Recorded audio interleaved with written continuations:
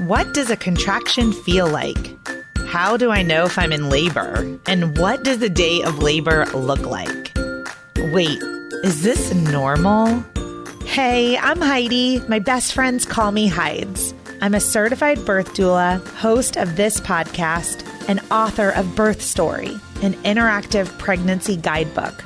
I have supported hundreds of women through their labor and deliveries, and I believe every one of them and you deserves a microphone and a stage.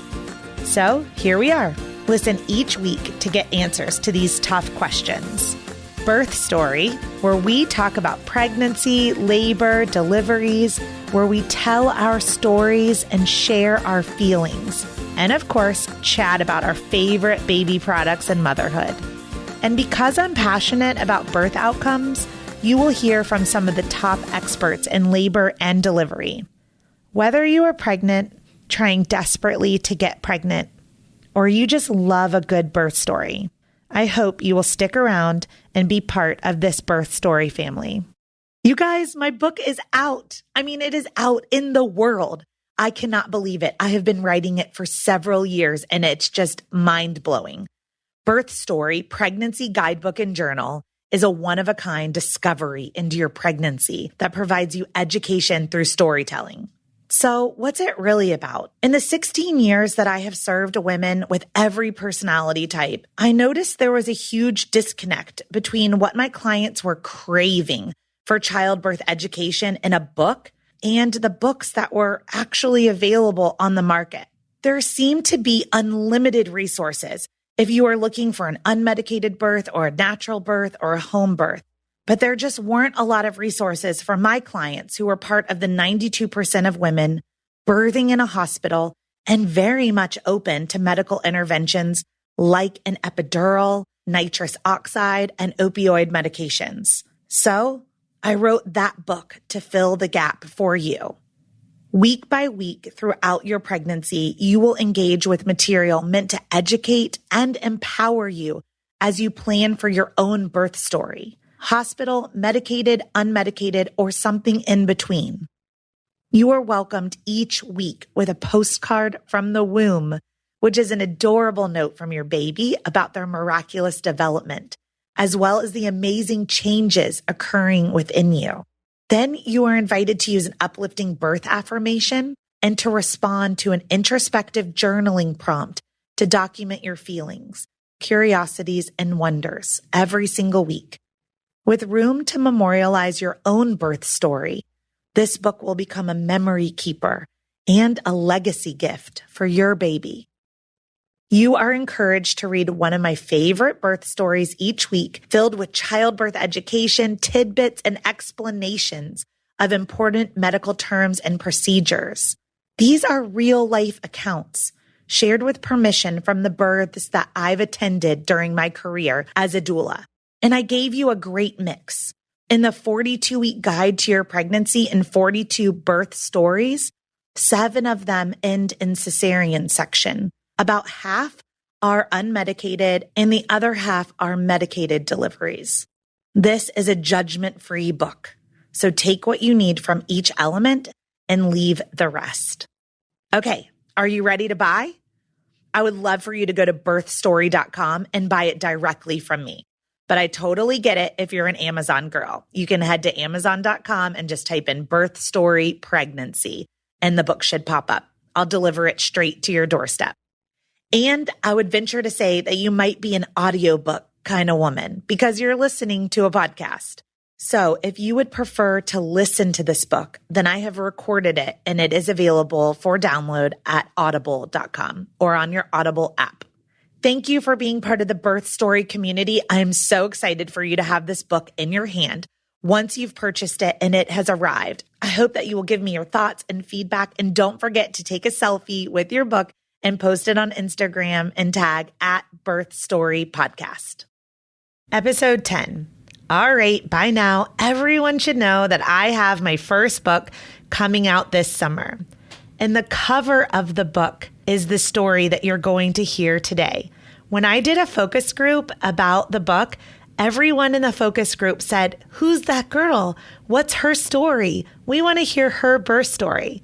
So sit back and relax, and I hope that you enjoy meeting Amy, one of my very best friends, and she delivered her third child by VBAC, vaginal birth after cesarean section, in the car. You're not going to believe it, but I hope you learn a lot and that you enjoy this episode. Hey everybody, it's Heidi with the Birth Story Podcast. And today I have my best friend Amy in the studio. And I'm really excited about this because she is the cover of my book. She graces the cover of the book and has been the inspiration for Birth Story. And when I held a focus group, when I was finalizing the book, everybody was like, who is this beautiful woman? Like, we want to know everything about her. Like, tell us about her. And so her story is going to be featured in the book as the foreword, but I wanted everyone that's listening to get a sneak peek at Amy's story. So welcome, Amy. Hi. Tell us a little bit about yourself. So where do you live? What's your family like? Currently living in Louisville, Kentucky. And married and have 3 kids, and I'm a photographer, also a full-time mom. Tell everybody about your photography business because I want to rave. If anyone's been to my website, mydoulaheidi.com, or hers is bluegrassbaby.com, BEBE, then you will see some incredible work. So how did you get into photography? It's something that's always been a passion, interest of mine. I did it pretty seriously through my senior year of high school, like with journalism. Went on to study photography at Florida State. That was I had a Bachelor of Science in Studio Art. But once I left college, I was so afraid to make my passion a job and then lose my drive for it and lose that spark of creativity. So went and did various other jobs, from title insurance to corporate communications and transportation. And then the camera made its way back into my hands as I started taking pictures of my own kids. People said, "Oh, what, are you a photographer?" And I always just said, "I used to be." I used to be. But, I can take pictures of your kids if you want me to. Totally downplayed it. Oh, why do we do that? I don't know. As women, I'm like, it's like we make ourselves less than what we are. Totally. So one day you just jumped right back in. Well, honestly, it was the encouragement of my husband. And he said, why don't you just give it a shot? You've always wanted to do this.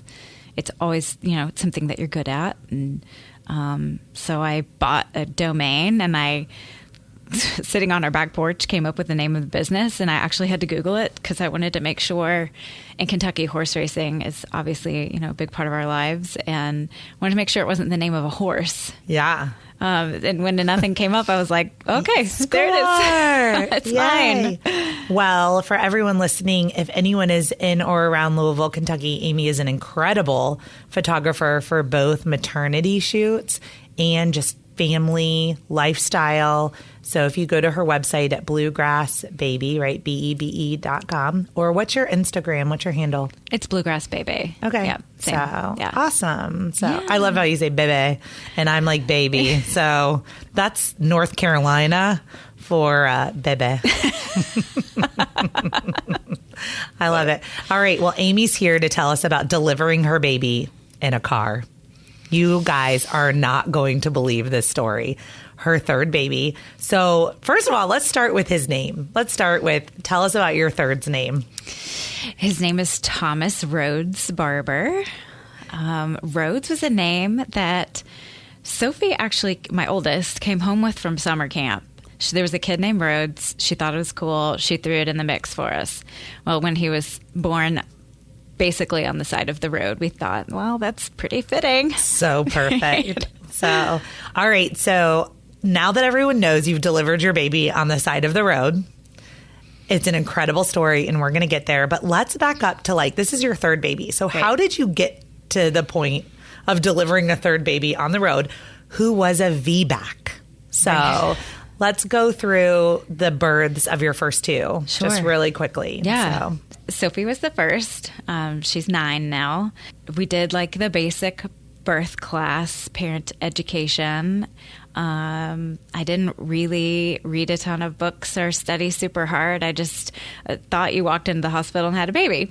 So that's what we did. I had to be induced because she went over by, I think, 8 days past my due date. Okay. And I was terrified. I remember sitting down on the hospital bed and my water broke.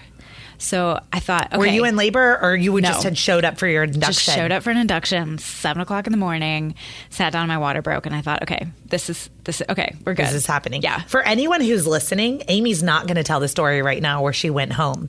But if anybody shows up at the hospital for an induction and your water breaks, kindly ask to go home for a few hours. See, I didn't know that. And see if labor starts. That's what this is, an educational podcast. Right. But because that means, labor, there's, maybe sometimes you don't need to be induced at that point. So I'll just interject. So if your water breaks, you could have maybe gone home, but they didn't give you that option. They didn't give me that option. I didn't even know it was an option. It probably, from a hospital perspective, it's probably not an option, but from a doula perspective, sure, I would have said, go home. Yeah. Should have had a doula. Yeah. So you were sitting there on the hospital bed and your water breaks. Yeah. What did that feel like? Just a little bit of a pop, like nothing uncomfortable. Cold water, warm water? And warm. Just kind of think, wait, hold on. Did I pee myself? Or yeah. Yeah. Everything feels a little bit different. Yeah. So quickly moved into a Pitocin drip. Did you start contractions at all after your water broke? No. No. Okay. Mm-hmm. So it wasn't until they had me hooked up to Pitocin. Okay. I don't even remember ever leaving the room after that to walk or anything. Okay. So they got the IV going. They put Pitocin in. Do you remember? And then you started feeling contractions. Started feeling contractions. Got to the point where I remember being on the ball. We have pictures of me on the birthing ball. And I just said, I can't do it anymore. Yeah. I can't do this on my own anymore. I need. Do you remember how far along you were? I know this was a long time ago. Sophie's 9, but yeah. Do you happen to remember how far progressed? I want to, I don't know how far dilated I was or anything like that, but we were only a few hours in. It was still morning. Yeah. Okay. Yeah. So was I, girl. Yeah. Remember? Yeah. 2 centimeters dilated. Right. Give it to me. Nice. Yeah. And I'm a doula. Right. So it's intense. Yeah, it is. Okay. So you're sitting on the ball. You're like, okay, I'm done. That was good. Right. And I'm ready for the epidural. Mm-hmm. So they put the epidural in. Did that go well? It went really well. Okay. Yeah. And again, I didn't even know it was something where there was a risk of it going wrong. Yeah. Or but that's okay because everything went right. Absolutely. Yeah. Yes. So you had a perfect ignorance epidural. Is bliss. Yeah. So you had a perfect epidural. Mm-hmm. It went in. You got numb in all the right places, but now you're confined to the bed. So almost. Okay. I do remember that I got up at one point because I started kind of feeling. I felt like I had to go to the bathroom. Okay. So I got up and they let me, but with assistance, obviously. Yeah.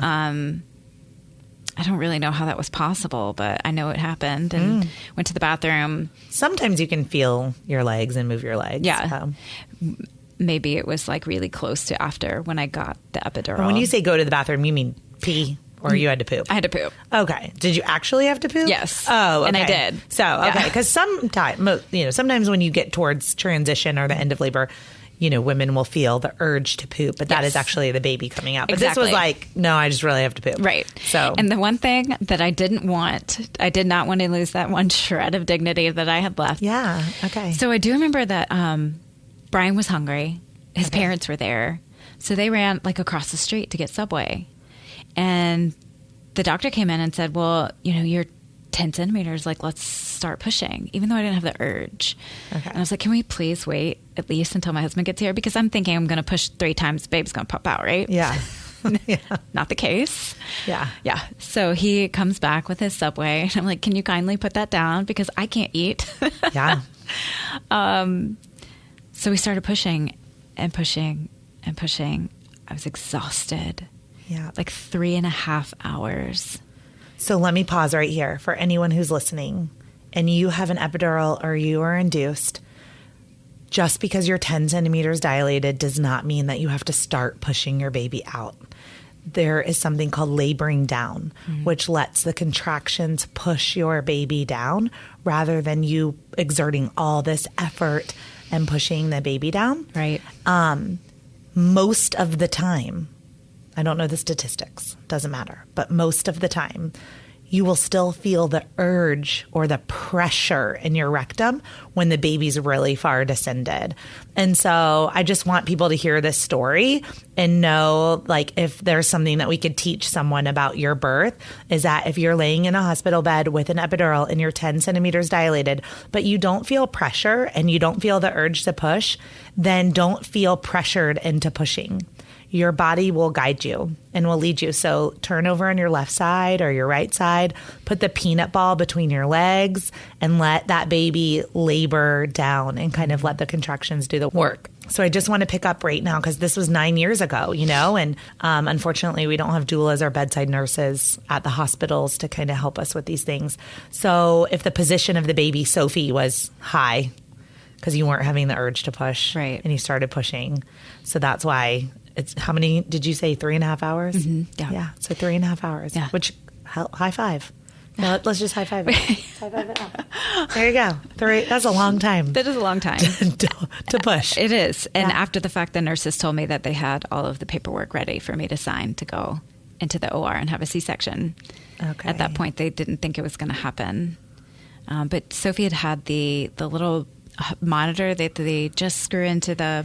Yeah, so it's called an internal fetal scalpel monitor. Mm-hmm. And it just is like an electrode. So my OB said, well, we'll just take this off and maybe that millimeter will give you what you need to get this baby out. And she came.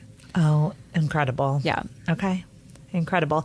Now, I remember the story from the friend perspective that she was in an inconvenient position. Very inconvenient. Yes. And probably where a lot of that pain came from. Yeah. So did she deliver sunny side up? She did. Yeah. So she looked like she had been in a total knockout battle. Bruised. Yes. Beaten. Swollen. Yeah. Poor little thing. So if you're listening to this podcast and you don't know an ideal birthing position for a baby, it would be head down and face down so that the baby's face is looking towards like your rear end.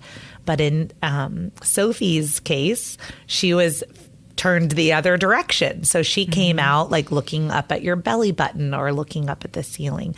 That can cause a lot of back labor and a lot of back pain, which I think is why you got the epidural so early. Right. Too, because she was in a... and I had no idea. Yeah. So it's not really a bad position. It's just a difficult laboring position. Right. So, but she came 3.5 hours of pushing and there she was. Yay. And what was that moment like when you became a mom? Oh my gosh. It was so exhilarating, but terrifying too. Like, I didn't grow up around kids. How am I going to do this? Like, do I hold her? Do I lay her down? Like, what if she cries? Somebody help me feed this baby. And neither of you had family here, right? To help. Right. Well, Brian's parents had come in for the birth. And then right after that, my parents came up. But yeah, we only had a few friends here. Not many of them had children. So this was uncharted territory. Uncharted territory. Being a mom. Yes. So, yeah. Well, I will say for everyone that's listening, not only is Amy one of the most amazing photographers that you will ever come across, and her Instagram is beautiful, so visit it. But thanks. I have learned everything about, I'm going to cry, about being a mom from this woman. So you went first in my group of friends, or our circle of friends, but man, I mean, you guys, I know things like about making homemade granola, about chia seeds, I mean, nursing, I mean, things that I would have never, essential oils, things I would have just never come across if we weren't friends. So you're an incredible mom. Oh, thank you. So you get pregnant again, how many years later? They're 23 months apart. Okay. So. And no fertility issues at all? Like. No. With Sophie, we tried for like 9 months. Okay. And then with Tucker, I think it was maybe 3. Okay. But in that 9-month journey, you never saw a fertility specialist? Never saw a specialist. I did get the prescription for Clomid, which I took. And then you were supposed to wait for your next cycle and then begin the progesterone. Mm-hmm. But I never had another period. So I called the doctor and I was like, what are we doing? Like, this is ridiculous. Like, this is taking forever. I'm done with the Clomid. She was like, have you taken a pregnancy test? And I said, well, yes, like, you know, every day. And she goes, well, go home and take one more. And I did. And it was. Wow. Okay. So 9-month fertility, I would call that a fertility journey. Okay. Really anything over 6 months. I believe you go into the club. Yeah. Of women that are on a fertility journey. So that's a long time. Yeah. That's a long time of 9 periods. A lot of no's. Yeah. It's a lot of no's. So then were you expecting it to take a long time with Tucker then too? Didn't really know. I mean, we weren't in a super hurry, but you know, once the baby turns 1 and then they're walking and talking and like not so babyish anymore, it's instinctual. I don't know. You just all of a sudden want another one. Even though I couldn't imagine like splitting my love between 2 babies. How do you do that? Okay, so let's laugh right here because you just said I can't imagine splitting my love between 2 babies. But for everyone that's listening, I remember a conversation with Amy before her first daughter was born, Sophie, because she couldn't imagine splitting the love between her dogs with her new daughter that was coming. Now, how did your pregnancy go with Tucker? Super easy. Just like really my pregnancy with Sophie. I feel great when I'm pregnant. Like, I could do that a lot of times, I think. So many women say that they just love being pregnant. So you were one of them. Yeah. I mean, I loved to eat. I loved the cute clothes. I felt great. Like, I loved getting out and moving my body and, like, thinking about everything that was going on inside. Like, it made me feel so much more alive. I don't know. Does that sound silly? No, not at all. But I hear this all the time from moms that they felt like their best self when they were pregnant, just so beautiful and so glowing. Probably the way that I see all pregnant women. Right. Like I just see them as the most beautiful beings on this earth, like so magical. You just feel like capable and like, rah, like I'm growing a human. Yes. Like I can do anything. Yeah. So in this, you guys had moved, right? Also from Charlotte to Louisville. So when I was maybe 4 or 5 months along with Tucker, Brian got a new job in Louisville where his family is. And that I knew that was always like a part of our plan. We just didn't know when the right time would be. And it happened really quick. And so I had to transfer all of my care and, oh my gosh. So we ate out, a lot of takeout. Awesome. We grilled a lot of stuff, but like there was dessert every night. And we didn't join gym when we moved there. And like I was addicted to going to the Y here in Charlotte. So I lost my gym membership. We started eating out and eating dessert every night. I mean, the fact that I didn't gain 100 pounds, I really How much did you gain? Do you remember? I gained maybe 40 with Sophie, maybe 41, 42 with Tucker. Okay. But just, you feel a little stretched out, a little bigger second time around. Yeah. I mean, I think 40 is a really good goal for people. Yeah. So 25 to 40, they say. I gained. Top of the range. I gained 70. Amy's helping me get back in shape. We just went to Soul Cycle yesterday. It was awesome. So, so you are doing one of the hardest things that a pregnant woman could do, which is you have an infant. Which, were you still nursing? No. Okay, well, there's one thing off your to-do list. Right. So, but you have an infant, you're living with your in-laws, you're trying to find a house to live in, and you're pregnant, and you change care providers. Right. Whew, like, I'm exhausted. That makes me have heart palpitations. So, so you get to this new provider, and your pregnancy is going great. But then what happened? Well, we near the end and realize that he's Breech. Yeah. With no interest in turning it around. And were you devastated? Were you okay? Like, what were you? Devastated. You were devastated. Devastated. Okay. I was terrified. And it's not because there's any sort of like judgment passing on in the way that you have your baby, right? Yeah. I just didn't want it for me. I've never broken a bone, a knock on wood. Like, I've never had any sort of major surgery. Being in the doctor's care just terrifies me. The needles, the monitors, the cold rooms, like just make it go away. Right. And so here now I'm staring down the barrel of a scheduled cesarean section. And how'd you take it?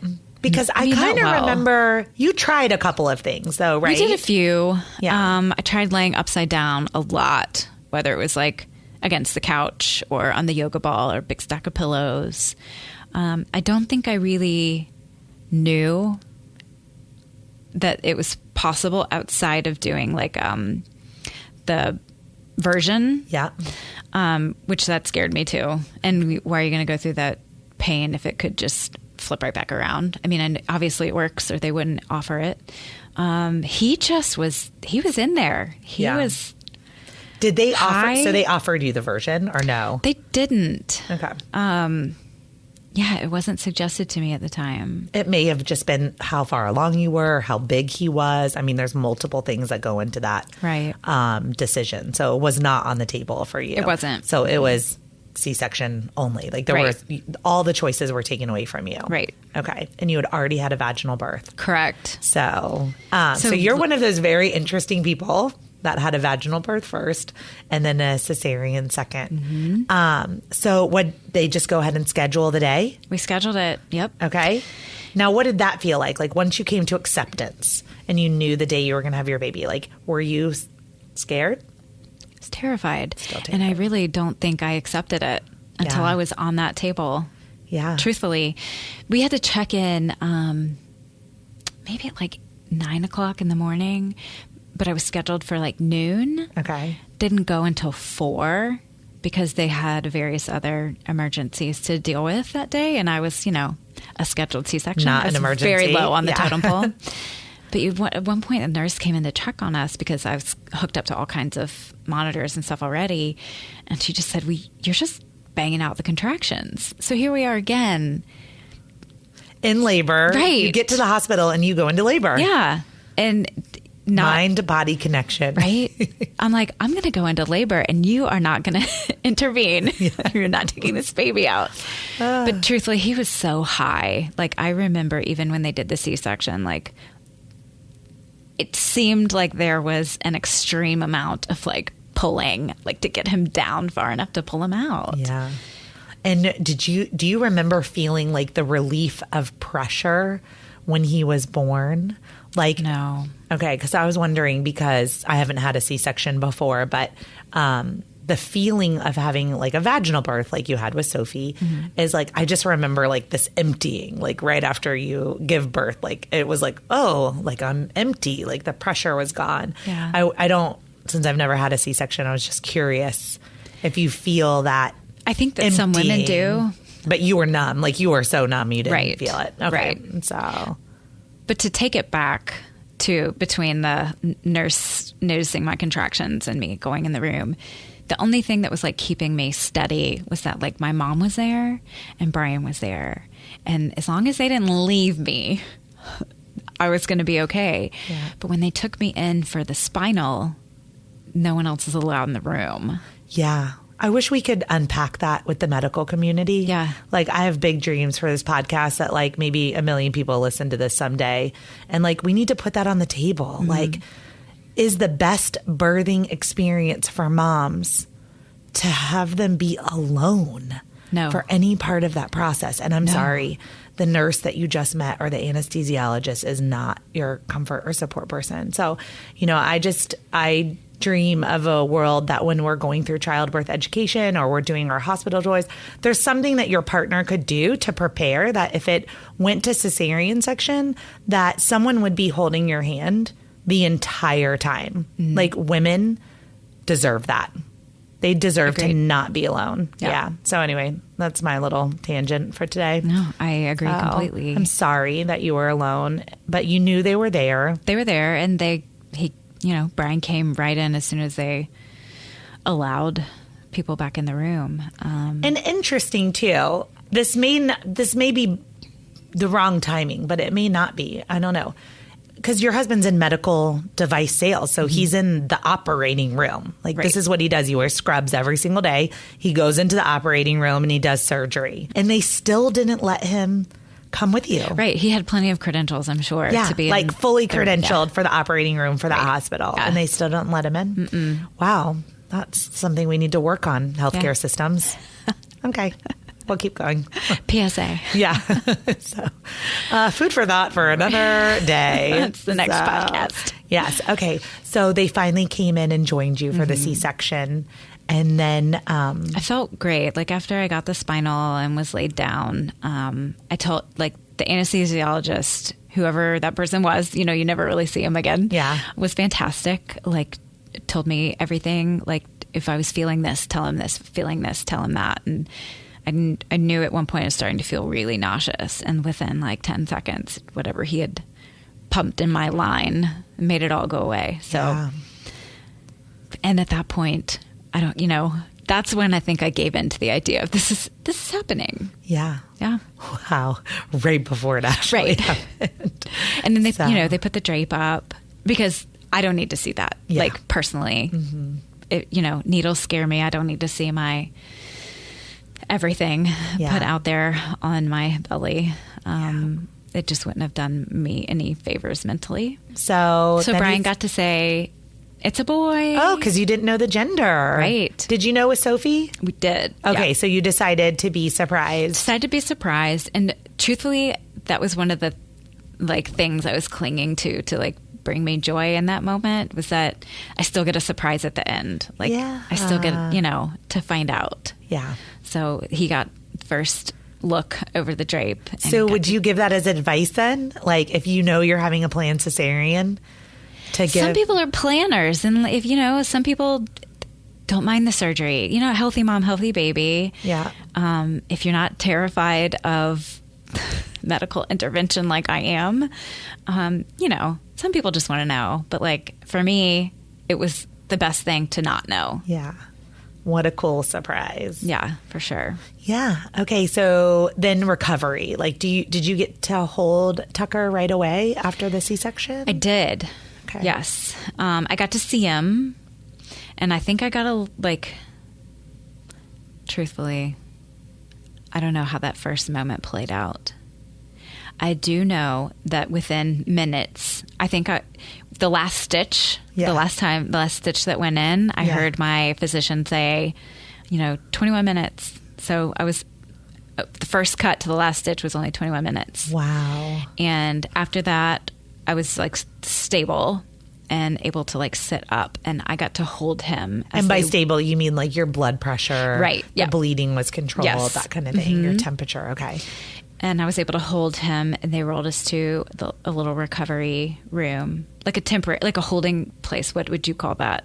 It's just curtains. Recovery. Yeah, but I didn't actually have a room yet. Yeah. And someone came in right there, and a lactation consultant came in to help me nurse. Oh, good. That's fast. Yeah, it was really fast. I mean, it wasn't from the belly to my skin, but it was as fast as I could imagine it would have been. I'm assuming at this point you're still pretty numb. Yeah. Okay. Uh-huh. So you're not in pain. You're sitting up, you're holding your baby, right? But you're not really feeling pain, right? Or not. Do you remember when the pain kicked in? I'm going to go with that night. Okay. And then they make you get out of bed and stand up, and that straightening of your back and pulling of your abs and staples for the first time. Oh, I just have the heebie-jeebies, because I'm looking at Amy's face as she's describing it too, and it's making and me wiggling in my chair. Yes, I'm oh, that does not sound comfortable. That sounds that was hard, but you get up and you do it. Yeah, and then you still have all the normal postpartum things going on with your body. So someone helping me to the bathroom and checking out the size of blood clots, and yeah. You had a pretty standard first birth with Sophie, and then honestly a pretty standard scheduled cesarean section. Right. Everything went well, no complications, no infections, none, anything like that. And then did you know you wanted to have a third child? It was always on the table for me. It might have taken a little convincing on Brian's part. Okay. But yeah, I had this feeling that I wasn't done. Okay. I wanted to do it again. And every time you pick up more information, more knowledge, You learn to trust your intuition a little bit more. And so I just thought, this third time, I'll just do it right. Yeah. I'll get everything right.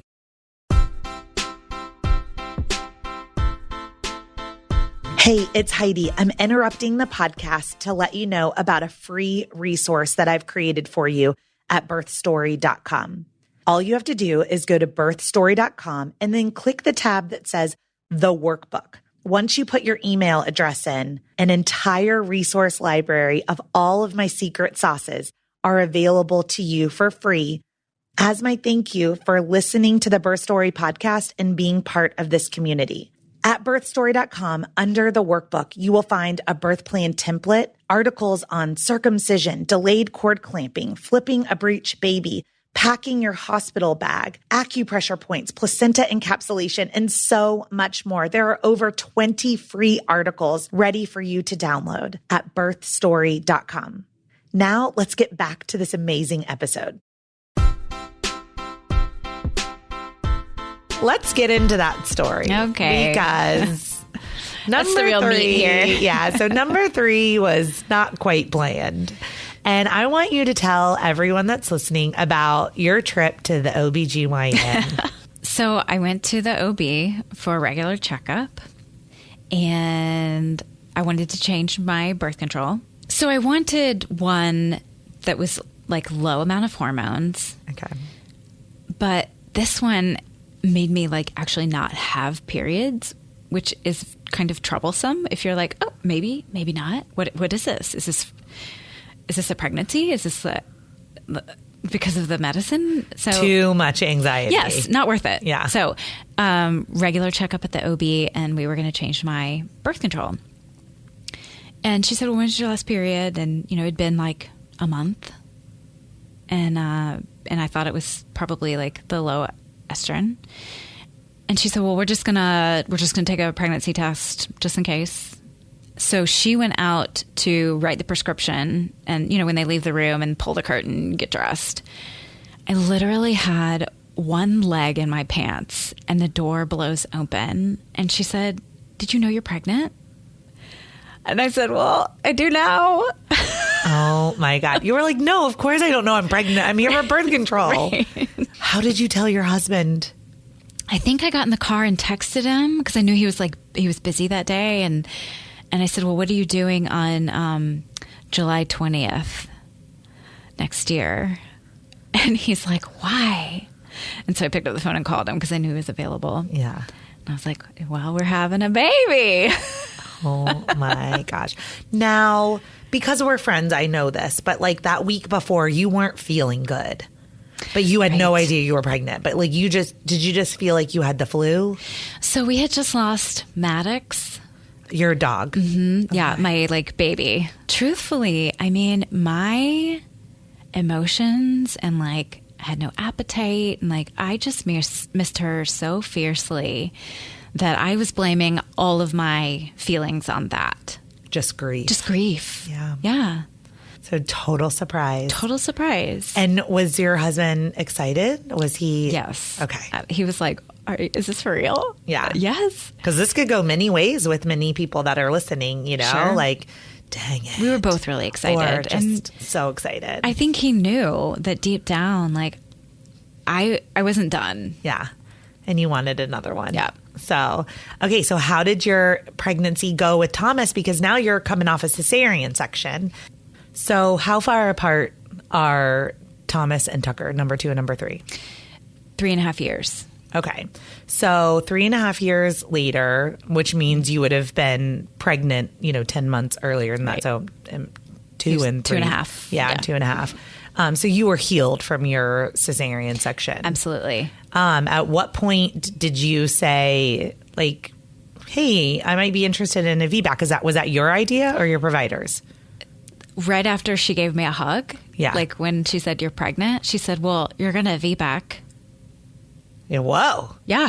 I love her. Yeah, me too. Don't say her name, but I won't. This magical unicorn OB, of an OB. Well, that was promoting a VBAC. Love her. And that's because you had a successful, I will say, the stats are much better when you've had a successful vaginal birth first. Yes. Yeah. But the only reason I had one was because it was breech. There Yeah. was no other like medical reason. Yeah. So she was your cheerleader from day Absolutely. one. But you know, the ironic part is that her practice didn't do VBACs. So she had to go get her cell phone and call like one of her little colleagues in another practice and referred me over. But she really does like high risk VBACs. So I thought I was a shoo-in. Like, Yeah. she would take me, I would be easy. Yeah. But yeah, like got out her cell phone and like texted her, you know, little OB bestie and said, I've got a new patient for you. I mean, that was it. There was no question. I love it. So then you switch practices. Yeah. Okay. We went in for like a little interview consultation. It's like 7:00 in the morning, and I've got, you know, my 2 kids sitting on the floor. Brian and I are like, I'm giving my entire medical history to this sweet woman. So, And yeah. so everyone agreed VBAC would be a safe choice. Yes. For number 3. Right. So the pregnancy progresses, and how does it go? Everything's great. Maybe 35 weeks. Just checked in, and he was breech. Dang it. I know. Wah, wah. So So I pulled out all the stops. at this point, did you consider hiring a doula? Yes. Yes. Okay. And when how did that process go down? So I reached out to a lactation consultant that I knew and asked for her recommendations on a doula. I started there. And then, you know, I tried one and she was already booked. And then I tried her recommendation and she was already booked. So I finally found... And this was what, at 30? How far along were you when you were looking for a doula? This was maybe the middle of my pregnancy. Okay. For everyone listening. So I'm gonna be transparent for everyone that's listening. You need to hire a doula as soon as you know you have a viable pregnancy and are moving forward, if that's what you want. So we're recording this episode. I don't know when you're listening to this episode, but this episode is being recorded at the beginning of February. I am booked out as a doula through August. Do the math. Those women just found out that they are pregnant, and I am already booked through August. If you want a really good, experienced doula, you better go after her with all your might, you know, soon after you have a positive pregnancy test. I say 12 weeks, but I think when you're 12 weeks gestation, 12 to 14, that's a really safe time to start getting your doula on board. So you're halfway through your pregnancy, you're 24, 25, 26 weeks, whatever, and you're finding out that all the doulas are booked in Louisville. Yes. And then the woman that I found, she was also in nursing school, so I don't think she was taking a lot of clients at the time. So I kind of had the advantage of like, hey, this is going to be really easy for you and for me. I just need you in the room to like make sure that this goes well. Yeah. Because Brian's thing was like, you know, I'm on board with you trying this. We didn't have any friends who had done it at the time. He's like, I'm on board with this whole VBAC idea as long as you can promise me that there's never going to be this like panic. There's never going to be this huge risk. This is going to be smooth. We're not going to like wait too long and like be in a dangerous situation. Okay, right? This is hysterical now. But for any dads that are listening to, like we cannot ever promise that on even a vaginal birth, you know? So it's just so sweet that our protectors just want to make sure that we're safe, and even a little tiny increase in any kind of risk just sails them into overdrive, you know? So settle down and hire a doula. So you got your doula on board. Did you meet with her before your delivery? Yeah. Okay. Yeah, So we met and like did kind of, you know, an interview and talked about her experience. And she herself, I believe, had a VBAC. Okay. At a very young age. And so I think she just felt like this mission to, you know, make sure this was going to happen for everybody else. And pass it forward. Okay, that's awesome. Yep. So it's 35 weeks. He's breech. Yep.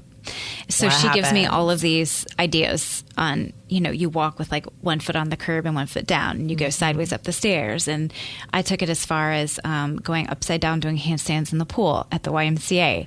I laid upside down on the birthing ball at home.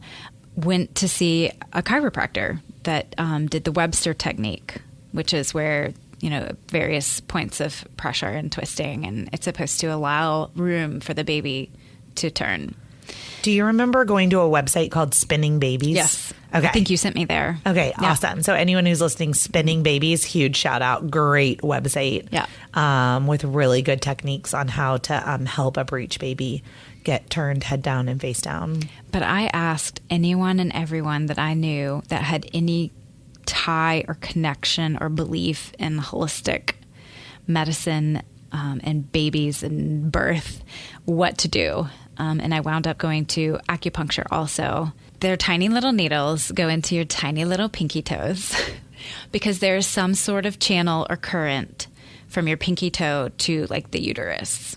Yeah. And then I do believe we did some in my knees at some point too. But not just putting the needles in and leaving it, but they light this. It looks Moxi. like yes, yeah. It looks like a cigar, smells even worse, and waves it around until the needle like heats, and then she goes over to the other side and does it again. And she sent me home with some. So we didn't do the needles at home, but I had Brian. I put my feet up on the ball. We'd sit outside because it smelled so bad. Didn't do it in the house, and he would light this Moxi and like hold it by my toe until I couldn't stand it anymore, and then he'd go over to the other one. I did this religiously. I did everything. You were so committed. So committed. So what happened? He flipped. Do you remember him flipping? I do. Okay, so you felt him. Mm-hmm. Where were you? What was it like? I was at home. Okay. It just, someone explained what it would feel like a big like rolling. Yeah. And that's what it was. And so I called the OB and I said, "You need to come back in for one more ultrasound, please." I think you flipped. Yeah. So I go into the exam room because they always want to like examine you first. You don't just get to roll in for an ultrasound. And I remember her pressing really low and she was like, "Yeah, there's his head." And I was like, "Well, I have to see it. Like I have to see it on the screen to believe it so that we can move forward." Yeah. And there he was. And I just sat there and cried. Like we've done it. Yes. Went home. All of that it night. worked. Yeah. How many weeks gestation were you when he flipped? So 36. Okay, so 35 he was breech. Yep. You spent that entire week just like crushing it. Yep. With the alternative measures besides aversion. Right. I would say call that a medical intervention. So all the alternative methods. Right. And within a week he flipped. Yes. Yes. But do you know His name is Thomas and I love him. Yay. Okay. I went home from the ultrasound though, and that night I felt it again, and I thought he just flipped back. Don't tell me he did. Well, I called the OB's office and I said, "I'm sorry, I have to come in again. Like he's flipped again."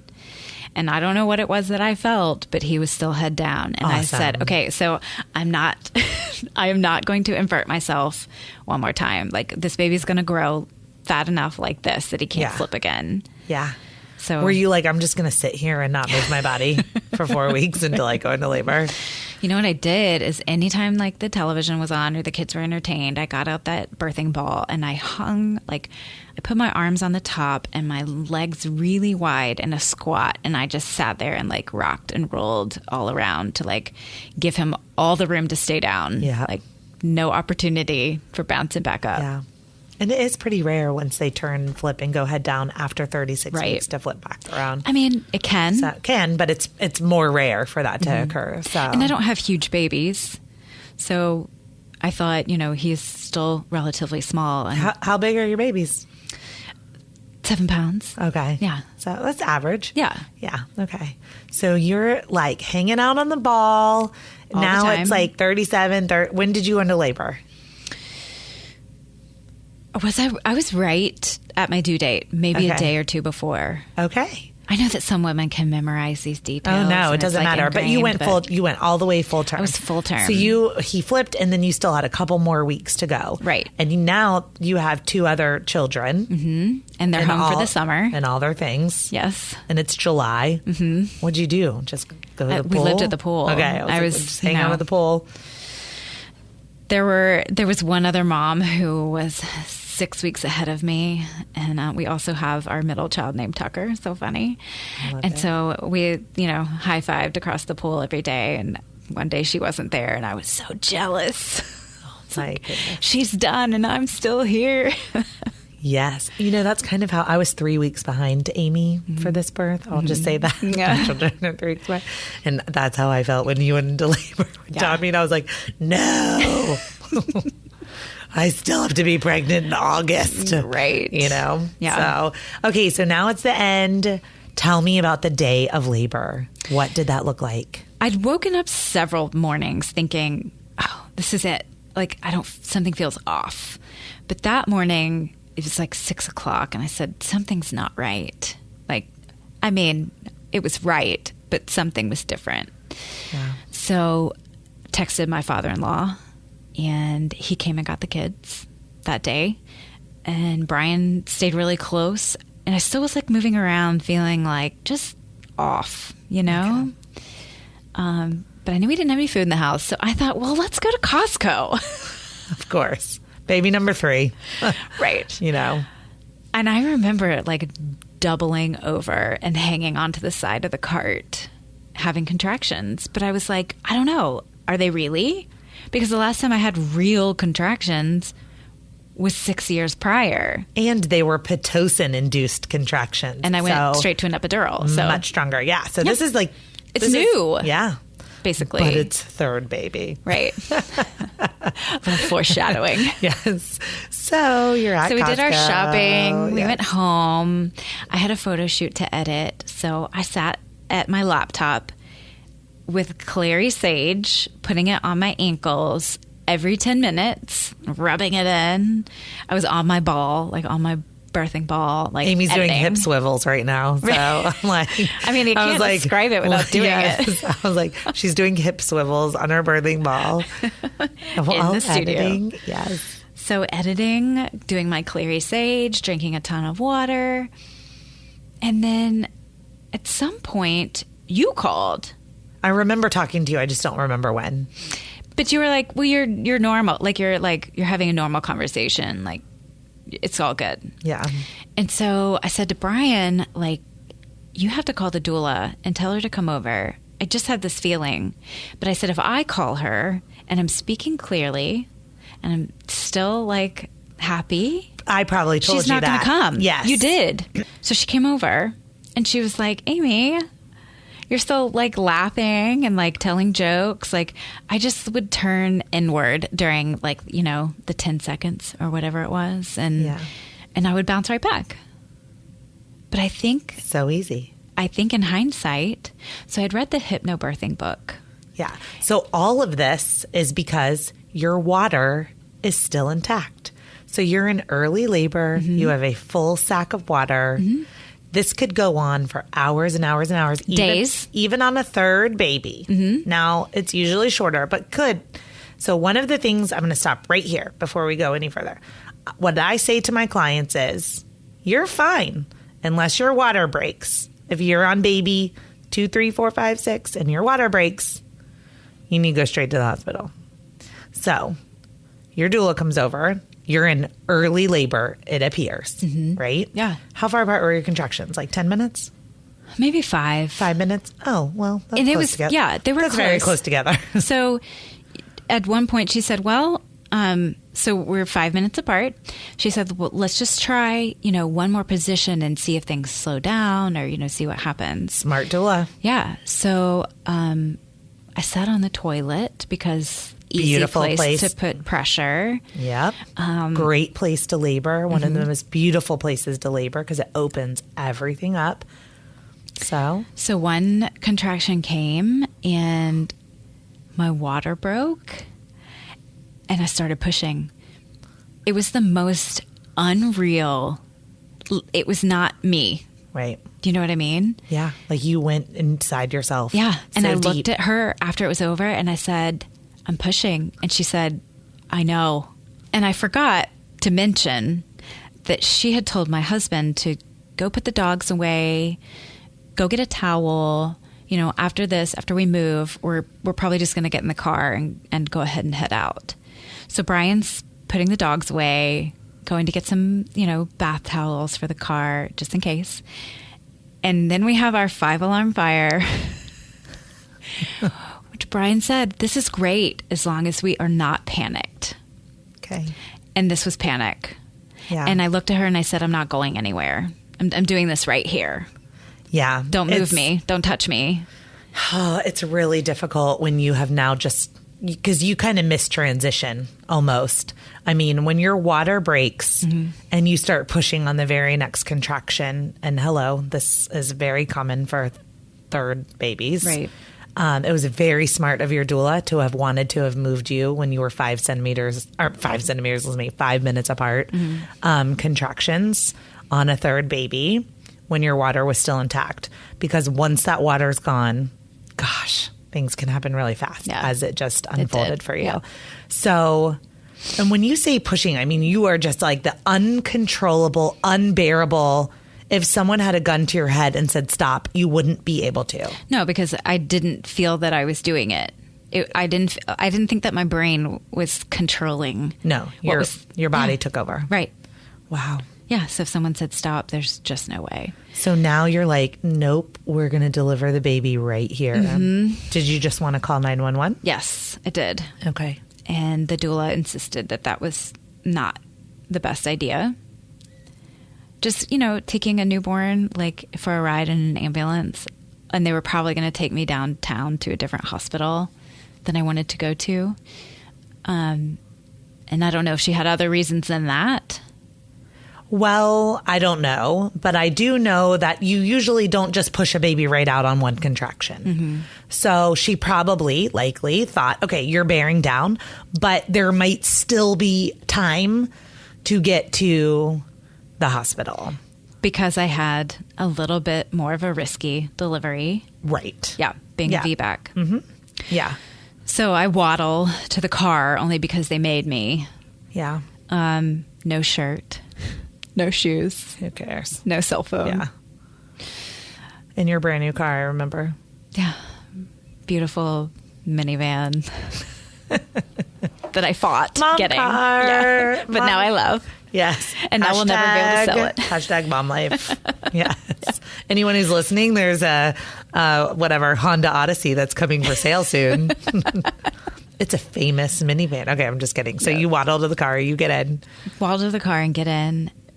Brian is driving, I'm not kidding, like 95 miles an hour. Have you called 911?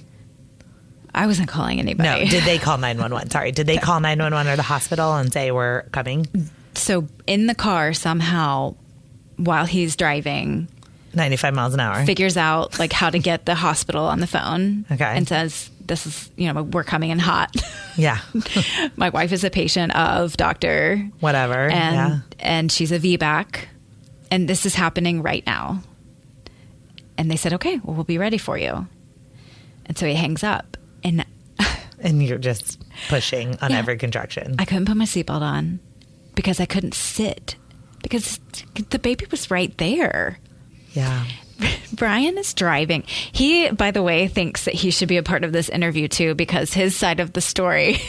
We'll have another interview where we just interview the dads of the road. Yeah, like that. Dads of the road. He's driving on the highway. Thank goodness it was 7:00 on like a Thursday. There was no traffic. It wasn't rush hour. That's the only reason we made it as far as we did. Yeah. So he's driving with the flashers on, calling the hospital, and with his right hand, he's reaching over to like yank my shorts down because I was like, the baby's here. He's like, what do you say? Where's it going to go? I'm sitting on our baby's head right now. And what was so funny is this is about the time that viral video came out on Facebook of the woman sitting in the passenger seat and she just delivers her baby. And the dad videoed the whole thing. Do you remember that? And you had seen it. And so you were like, just be calm and do that. And there was no thought. Okay. No. But, as this story unfolds, my friends are like, wait, what? Like that video on Facebook? Like, yeah. Like, no, that really happens. Because you think like, oh, well, that was so irresponsible of them. How could they wait that long? No, you were like, I had only been in labor for 3 hours. Right. And 2 of those were at Costco. Yes. So flying through the hospital parking lot, we pull up like backwards in the ambulance driveway. And I look out the window, and here comes, little nurse, little wheelchair, just taking her time. She opens the door and like to escort me to her wheelchair, and I was like, no. Like, here's the baby. We don't need to do that. So what was his head out? I mean, almost. Okay. So another nurse comes out, pulls the door open wider, checks me out. She said, we're going to just do this right here, and this is going to be great. Okay. And I was like, all right, okay. Because he was like one push. He was there. Yeah. So it was literally one push. There at the head. So did they coach you through that on the next contraction? Yes. Or did you just, okay. I said, somebody put my seat back because I'm still sitting. Straight So up. I go, with my feet up on the dash. Yeah. Oh my God. Feet on the dashboard. Mm-hmm. Yeah. I love this because you're actually at the hospital, but it's like, no, the baby's right here. Yeah. We're in the parking lot where people can just have a plain view from the windows. Watching the birth that day. Someone actually filmed it. Did they send it to you? It's kind of a long story. Okay. We won't go into that. Okay. Then. But the hospital thought that was violating a lot of privacy laws. So they intervened and the video is gone. Okay. So yeah, just, in front of God and everybody, here I am in the parking lot. So I put my feet up, they pushed the seat back. She said, okay, give me a push. There was the head. A few seconds later, all right, you ready for another one? And there was the body. And I pulled him up to my chest and I looked at Brian and I was like, I did it. Can you believe this? And he's like, can we please go inside? I'm like, this is amazing. Yes. The one thing that he did not want to have happen became his reality. Yes. Oh, I just can't wait to just talk to just him about this. I know. Too. I know. Oh my gosh. He just wanted me alive, baby alive. Okay. And once we checked that off the list, it was time to go inside. So the cord was long enough that you were able to hold him up on your chest. Yes. So they, put a bunch of blankets around him. Okay. Didn't they put you in a wheelchair or a stretcher? Well, how do you get inside? Do you walk? I'm so confused. Waddling with my cord hanging out. Yeah, exactly.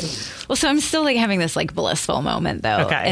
And so, they're trying to notate the time of birth, because we're in the car. We don't have all of their equipment and instruments and things. Oh my God. This drives me crazy. Who gives a shit the time of birth? The paperwork. People are so concerned about paperwork. Yeah. I'm be more concerned about the mom with the baby in the front seat of the car than the paperwork. Well, and filling out the paperwork. They were like, Mom, was it a boy or a girl? And I was like, oh, I don't know. No. You forgot to look. I didn't look. I just was so happy to I did it. I wanted a natural birth and I did it. Yes. So, had to peel the baby off of me. Oh, it's a boy. Okay. Back to my chest. Yeah. Yeah.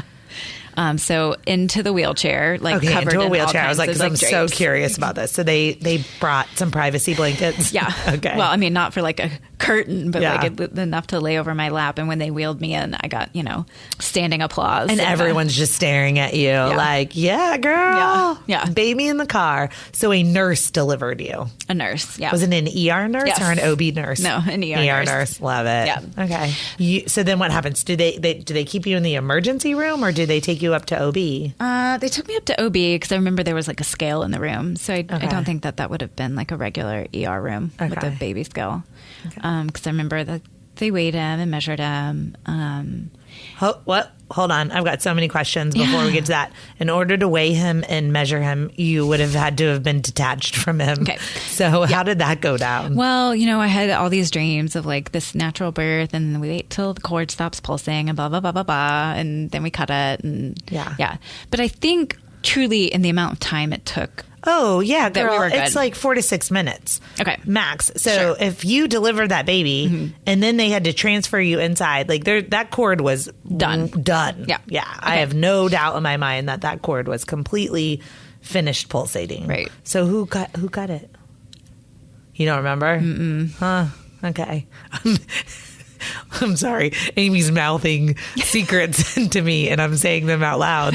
Who cares? Okay, so you don't remember. That's fine. I don't remember that moment. When I interview your husband, I'll ask him. Oh, so, gosh. but that's okay. You don't remember because you were basking in the joy of your new baby and the fact that when you have a natural childbirth too, I mean, God love it. Yes. I mean, I've done it both ways, like fully medicated. I've been there by everyone's side. But like when you have a fully natural childbirth, I mean, it's like finishing a marathon. It's like climbing Mount Everest. I mean, you are on top of the world. You are like, I am a warrior and I have just like won the earth, right. You know? Yeah. Just amazing. Did you get the shakes? Do you remember? Absolutely. Yeah. Okay. So was it pretty much right afterwards? Were you just like, we were in the room. Yeah. Okay. And can you do your version of shakes now? Yeah. Okay. But then it was time to like deliver the placenta, which wasn't coming. So then there's all this various like massaging and lots of bleeding. I know that they gave me Pitocin at some point. Mm-hmm. It's very normal. And then they stood me up to go to the bathroom. I guess you have to pee before you can move on, right? Well, so if you have a full bladder, it can increase your chance of hemorrhage. It can inhibit the uterus from fully contracting. It can inhibit the placenta from being delivered. So it's very important to have an empty bladder. Okay. And it looked like a crime scene. Me standing up and walking to the bathroom. Okay. And I started to get scared at that point. Okay. Did you feel dizzy? Yeah. Okay. So you were, did you pass out? I was like the closest to passing out I've ever been in my whole life. Okay.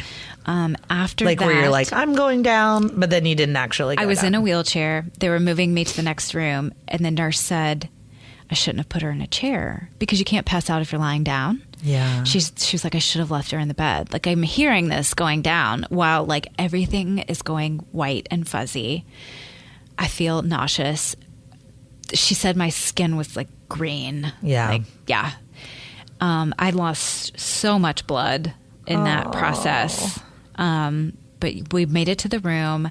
But for everyone listening though, this postpartum hemorrhage had nothing to do with your VBAC. Nothing to do with your VBAC. No. This is just everything to do with probably having rapid delivery, a full bladder, like a difficult delivery with the placenta that wasn't detaching, just mostly because everything went so quick. Yeah. You know? So I just want to interject that there. That this is not like you weren't hemorrhaging because you had a VBAC. Like this is a totally separate thing that was happening. Right.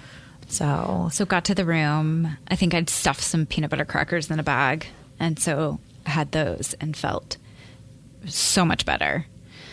And then, we were left alone for a few minutes. And it's like, wait, did that just happen? Like, really? Oh, it did happen. It was amazing. I'm so proud of you. All three of these births were just beautiful. And this one's different. So different.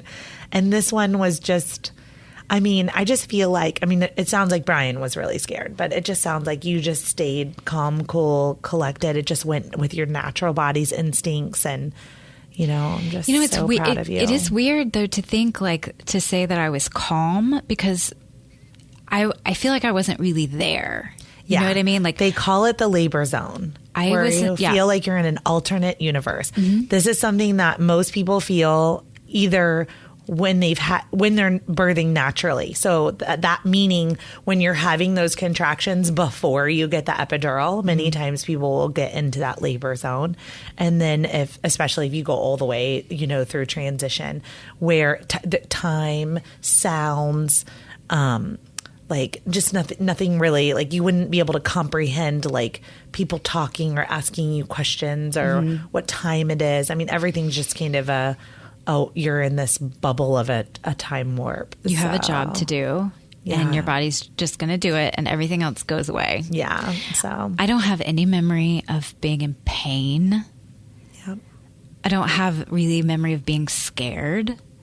I just, went into this place of like, we're going to do this and it's all okay. And the guttural noises that my mouth produced, your voice hurts for days afterwards. Sure. Yeah, my midwife calls it a labor song. Yeah, Sing because your it wasn't song. That's it what wasn't said. in pain. It wasn't No. sad. It was just like, this is going to help me get through the next 10 seconds, and I'm going to do it. Let's do it together. Let's have everybody hear what a guttural bone is. Ready? Oh, really? Yeah, let's do it. What if mine's not like yours? Everyone sounds similar. So ready?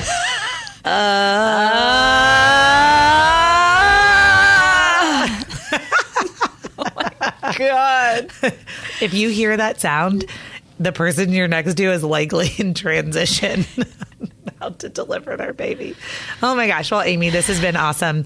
And so my last question for you is what I ask everyone. And that is, what is your favorite baby product that for anyone listening that you just have to pass on, the must have, go to, register for it. Don't forget to have it. What is it for you?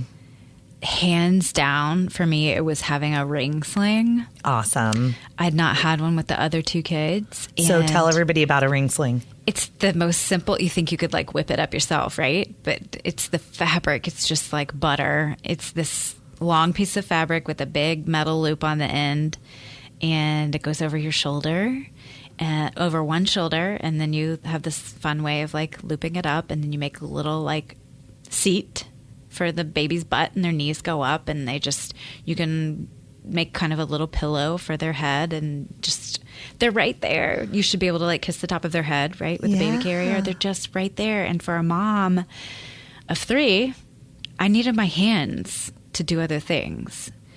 So baby was right there. I was hands-free. It's cute. Yeah. Like, I mean, and it just Makes you feel connected still. so connected. Yeah. It was amazing. It was better than like any other carrier that I'd had for an infant. Yeah. I'm definitely going to put the link to the ring sling in the show notes, as well as a link to how to get in touch with Amy and to check out her beautiful Instagram page for Bluegrass Baby. Nailed it. Nailed it. Thanks for being on. I love you. Love you too.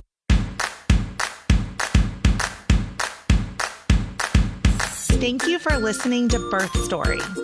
My goal is you will walk away from each episode with a clear picture of how labor and delivery might go, and that you will feel empowered by the end of your pregnancy to speak up, plan, and prepare for the birth you want.